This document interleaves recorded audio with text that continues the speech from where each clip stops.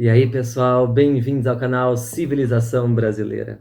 Nesse vídeo a gente vai ler e comentar novamente o povo brasileiro do mestre Darcy Ribeiro, buscando compreender o porquê de o Brasil ser um país subdesenvolvido e dependente, ou como dizem alguns, inclusive o próprio Darcy, um país atrasado.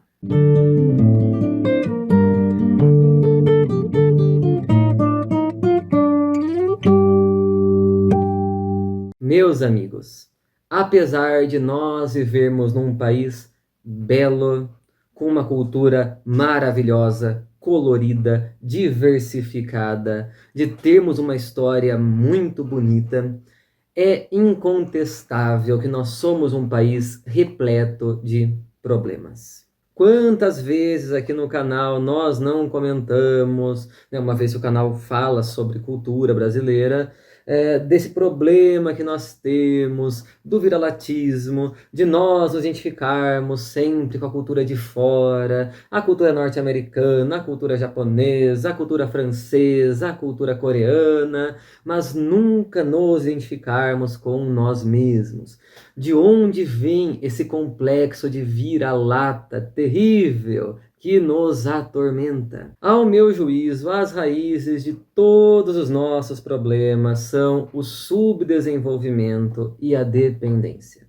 Enquanto a gente não começar a compreender o Brasil como um país subdesenvolvido e dependente, nós não vamos sair do lugar na hora de analisar aí os nossos defeitos, os nossos problemas. É indiscutível que o Brasil, apesar de ser extremamente rico em biodiversidade, em potencialidades, etc, etc, etc, já ter sido um grande país industrial e tudo mais, é hoje um país pobre e é um país completamente sabotado. Então, pessoal, no intuito de tocar nesse tema aqui no canal, vamos ler o que Darcy Ribeiro tem a dizer sobre isso. Essa não é a primeira vez que nós falamos de Darcy Ribeiro aqui no canal, vocês que acompanham bem o sabem, e eu sempre digo que, ao meu ver, o Darcy Ribeiro é o maior gênio de toda a nossa intelectualidade, e esse livro aqui, O Povo Brasileiro, é uma leitura obrigatória para quem quer entender o Brasil, justamente porque é o livro síntese de todo o pensamento do Darcy Ribeiro. Então aqui nós vamos para a página 327, a quinta parte do livro chamada O Destino Nacional, capítulo As Dores do Parto. Sem mais delongas, vamos ver o que Darcy Ribeiro diz. O Brasil foi regido primeiro como uma feitoria escravista, exoticamente tropical, habitada por índios nativos e negros importados. Depois, como um consulado em que um povo sublusitano, mestiçado de sangues afros e índios, vivia o destino de um proletariado externo, dentro de uma possessão estrangeira. Os interesses e as aspirações do seu povo jamais foram levados em conta, porque só se tinha atenção e zelo no atendimento dos requisitos de prosperidade da feitoria exportadora. O que se estimulava era o aliciamento de mais índios trazidos dos matos ou a importação de mais negros trazidos da África, para aumentar a força de trabalho que era a fonte de produção dos lucros da metrópole. Nunca houve aqui um conceito de povo, englobando todos os trabalhadores e atribuindo-lhes direitos. Nem mesmo o direito elementar de trabalhar para nutrir-se, vestir-se e morar. Essa primazia do lucro sobre a necessidade gera um sistema econômico acionado por um ritmo acelerado de produção do que o mercado externo dela exigia, com base numa força de trabalho afundada no atraso, famélica, porque nenhuma atenção se dava à produção e reprodução das suas condições de existência. Em consequência, coexistiram sempre uma prosperidade empresarial que às vezes chegava a ser a maior do mundo e uma penúria generalizada da população local. A sociedade era, de fato, um mero conglomerado de gentes multiétnicas, oriundas da Europa, da África ou nativos daqui mesmo, ativadas pela mais intensa mestiçagem, pelo genocídio mais brutal na dizimação dos povos tribais e pelo etnocídio radical na descaracterização cultural dos contingentes indígenas e africanos. Alcançam-se, assim, paradoxalmente, condições ideais para a transfiguração étnica pela desindianização forçada dos índios e pela desafricanização do negro, que, despojados de sua identidade, se veem condenados a inventar uma nova etnicidade englobadora de todos eles. Assim é que se foi fundindo uma crescente massa humana que perdera a cara. Eram ex-índios desindianizados e, sobretudo, mestiços, mulheres negras e índias muitíssimas, com os pouquíssimos brancos europeus que nelas se multiplicaram prodigiosamente. O núcleo luso, formado por muito poucos portugueses que aqui entraram no primeiro século e por mulheres mais raras ainda que aqui vieram ter, olhando a todos os mais desde a altura do seu preconceito de reinóis, da força de suas armas, operacionalizava sua expoliação econômica, querendo impor a todos sua forma étnica e sua cara civilizatória. Ocorre surpreendentemente que esse povo nascente, em lugar de uma Lusitânia de ultramar, se configura como um povo em si, que luta desde então para tomar consciência de si mesmo e realizar suas potencialidades. Essa massa de mulatos e caboclos, lusitanizados pela língua portuguesa que falavam, pela visão do mundo, foi plasmando a etnia brasileira e promovendo simultaneamente sua integração na forma de um Estado-nação. Estava já maduro quando recebe grandes contingentes de imigrantes europeus e japoneses, o que possibilitou ir assimilando todos eles na condição de brasileiros genéricos. Dito isso, o Darcy comenta um pouco sobre essas levas de imigrantes que vieram para cá e como eles foram absorvidos, né? Ou seja, o Brasil não se tornou um país multiétnico. Ele continua. O que desgarra e separa os brasileiros em componentes opostos é a estratificação de classes. Mas é ela que, do lado de baixo, unifica e articula, como brasileiros, as imensas massas predominantemente escuras, muito mais solidariamente cimentadas como tal, que enquanto negro retinto ou branco de cal, porque nenhum desses defeitos é insanável. Outros intérpretes de nossas características nacionais veem os mais variados defeitos e qualidades aos quais atribuem valor causal. Um exemplo nos basta. Para Sérgio Buarque de Holanda, seriam características nossas herdadas dos iberos, a sobranceria hispânica, o desleixo e a plasticidade lusitanas, bem como o espírito aventureiro e apreço à lealdade de uns e outros, e ainda seu gosto maior pelo ócio do que pelo negócio.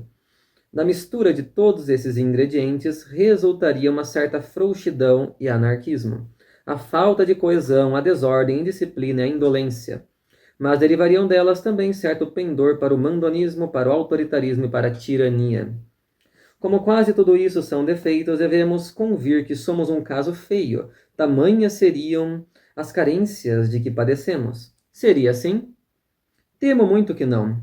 Muito pior para nós teria sido talvez, e Sérgio reconhece, o contrário de nossos defeitos, tais como o servilismo, a humildade, a rigidez, o espírito de ordem, o sentido de dever, o gosto pela rotina, a gravidade, a sisudez.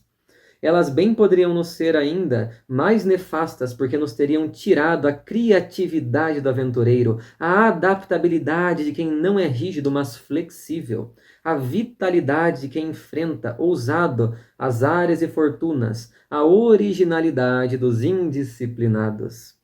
Fala-se muito também da preguiça brasileira, atribuída tanto ao índio indolente como ao negro fujão e até às classes dominantes viciosas.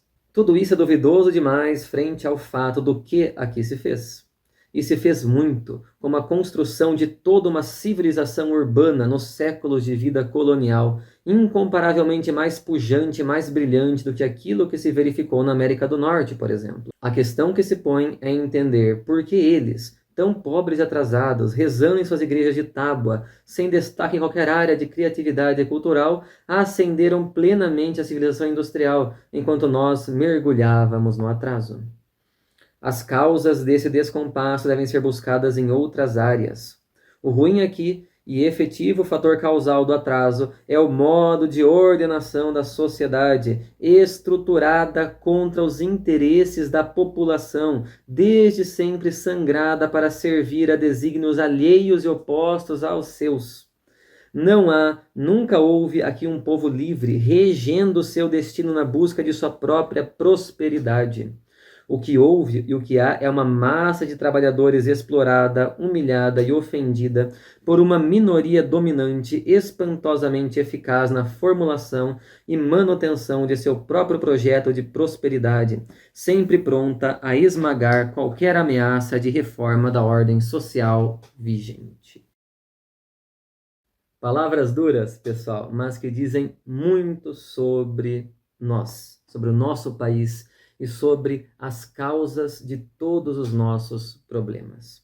O Darcy tem uma capacidade didática de síntese excelente. E aqui, dessa maneira carregada, muito bem ilustrada dele, ele explica tudo isso com muita facilidade. A questão central é: o Brasil é um país que não foi montado para o seu próprio povo, pessoal. Isso daqui, ao meu ver, é assim, incontestável, entendeu? Isso daí não é nem algo a ser discutido. O Brasil foi formado já na divisão internacional do trabalho do Império Português no século XVI para fornecer gêneros tropicais para os mercados europeus. Ou seja, o objetivo era gerar lucros lá e não aqui. Apesar de que aqui um grande setor se beneficiava disso, né, que eram, no primeiro momento ali, né, os engenhos de açúcar, os senhores de engenho e tudo mais. E é muito doido, pessoal, que nós permanecemos nessa posição na divisão internacional do trabalho até os dias de hoje, e hoje pior ainda do que éramos há alguns anos. Porque, como eu disse no começo do vídeo, entre a década de 30 e a década de 80, o Brasil foi se desenvolvendo como uma potência industrial. E isso simplesmente foi desmontado. Hoje nós somos um reles produtor de commodities. Hoje o negócio do Brasil é soja, milho, café, petróleo e ferro. Fim. Algo não muito diferente do que era no tempo pré-Revolução de 30. Então vejam, essa consideração do Darcy Ribeiro de que nós somos um país que não foi montado, uma estrutura política que não foi montada para o seu próprio povo, é irrefutável. A gente pode perceber isso nos dias de hoje tranquilamente. Vejam, por exemplo, pessoal, o lance da taxa de juros, o sistema da dívida. Pesquisem sobre isso. Esse é um mecanismo direto que existe no Brasil hoje de tirar dinheiro de quem trabalha e produz e passar para meia dúzia de rentistas. Pesquisem mais sobre isso, pesquisem Auditoria Cidadã da Dívida. E é muito interessante essa questão que o Darcy sempre repete, né? Como lá por volta do século XVIII, os norte-americanos estavam ali, né, rezando naquelas igrejinhas de tábua, né, uma civilização muito pouco desenvolvida culturalmente, enquanto no Brasil a gente tinha esse esplendor do barroco e tudo mais. Como que se dá essa volta, né? Ele se torna uma grande situação industrial e a gente entra nessa decadência completa, nesse atraso completo, né? E daí eu vou ler novamente aqui esse último parágrafo. O ruim aqui e efetivo fator causal do atraso é o modo de ordenação da sociedade estruturada contra os interesses da população, desde sempre sangrada para servir a desígnios alheios e opostos aos seus. Isso acontece, assim, perfeitamente hoje, pessoal. É o retrato perfeito do Brasil de hoje, tá? E o fato de termos sido um país escravista, ou seja, ter existido no Brasil um modo de produção escravista por mais de 300 anos, é algo que nos marcou, faz parte de nós. E é algo que nós não conseguimos superar também. Tudo isso faz parte da lógica pela qual o nosso país foi estruturado. Agora, vejam que interessante. Aqueles defeitos que o Sérgio Buarque elenca foram, ao ver do Darcy, também motivos de qualidades. Ou seja, apesar desse processo de dominação, dessa estratificação social, desse atraso, nós somos um povo extremamente criativo e criador. Um povo completamente original. Nós formamos aqui, nessas terras, uma civilização completamente original. E eu considero, pessoal, o Darcy Ribeiro um pensador completo porque ele não pende para nenhum dos lados. Uma pessoa que lê esse capítulo isoladamente vai pensar, nossa, parece que ele vê o Brasil como um país fadado ao fracasso. Agora, se você lê outros capítulos dessa mesma obra, você vai pensar, nossa, mas ele idealiza muito esse país. Para ele, o Brasil parece perfeito. Então, o Darcy, ele foge completamente dessa lógica maniqueísta. Ou seja, ele não tem nem um pouco uma visão laudatória da história do Brasil, da pátria brasileira e tudo mais, idealizada, romantizada e tal. Muito menos uma visão pessimista. Mas a visão dele é belíssimamente realista. Ele consegue englobar completamente esses contrários da nossa história, essas contradições da nossa história, da nossa formação cultural. Por isso que o Darcy é um teórico tão bom. Por isso que eu sempre recomendo o Darcy aqui e faço o possível para divulgar esse livro aqui. Se você gostou desse vídeo, dê um joinha, comente, compartilhe e se inscreva no canal. Até a próxima, meu povo!